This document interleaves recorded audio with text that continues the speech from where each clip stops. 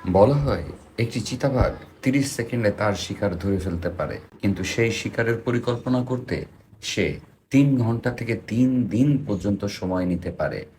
যতক্ষণ পর্যন্ত সে পুরো আক্রমণ পরিকল্পনাটি আয়ত্তে না আনতে পারবে, ততক্ষণ পর্যন্ত সে দৌড়ই শুরু করবে না।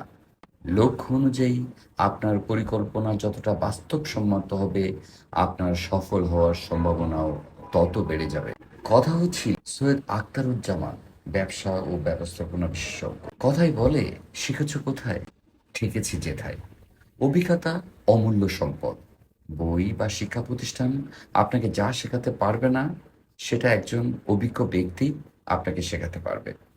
পরিকল্পনা বাস্তবসম্মত হয়েছে কিনা সেটাও একজন অভিজ্ঞ মানুষ বলে দিতে পারার কথা। পুরো দিক নির্দেশনা না পেলেও আপনি অনেকটা ধারণা পাবেন। মেঠোপথ খেয়াল করে দেখেছেন কখনো? পরিকল্পনার সঙ্গে মেঠোপথের দারুণ মিল আছে। জগতে হাজার রকমের পথের মধ্যে মেঠোপথ এক অদ্ভুত ধরনের পথ, যা বহু মানুষের পায়ের ছাপের ফলে ঘাস মরে গিয়ে তৈরি হয়। এই পথ অস্থায়ী, দীর্ঘদিন থাকে না। মাঠে ফসল ফললে কেউ হাঁটে না, পথও হারিয়ে যায়। মেঠোপথ আবার তৈরি হয়, কিন্তু ঠিক আর আগের মতো নয়, একটু অন্যরকম। এই পথ কেউ পরিকল্পনা করে বানায় না, বাস্তবতার প্রয়োজনে তৈরি হয়। হয়তো একটু কম সময়ে যাওয়ার জন্য, অথবা পথটা সহজ হওয়ার জন্য। পরিকল্পনাও একই রকম, একই কাজ এক এক মানুষ এক একভাবে করে। উদ্দেশ্যের ভিন্নতা নিয়ে তৈরি হয়, কিন্তু প্রত্যেকে চায় পরিকল্পনাটাকে যতটা সম্ভব বাস্তবসম্মত করা যায়। বাস্তবায়ন একটি সিঁড়ির মতো। পরিকল্পনা গড়ে ওঠার ধরনটি সবসময় কিছু না কিছু বিশৃঙ্খলা, এলোমেলো, অস্পষ্ট থাকে।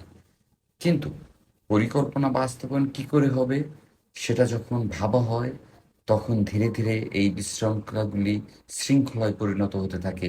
অস্পষ্টতা সরে গিয়ে ধীরে ধীরে পরিকল্পনা স্পষ্ট হতে শুরু করে। পরিকল্পনাকে যত বেশি প্রশ্ন করবেন, পরিকল্পনা তত বেশি বাস্তবসম্মত হবে। কাজটি কি করে হবে, কখন হবে, কে করবে, যে করবে তার যোগ্যতা আছে কিনা, কতদিনের মধ্যে কাজটি হবে, আরো যত ধরনের প্রশ্ন করা যেতে পারে।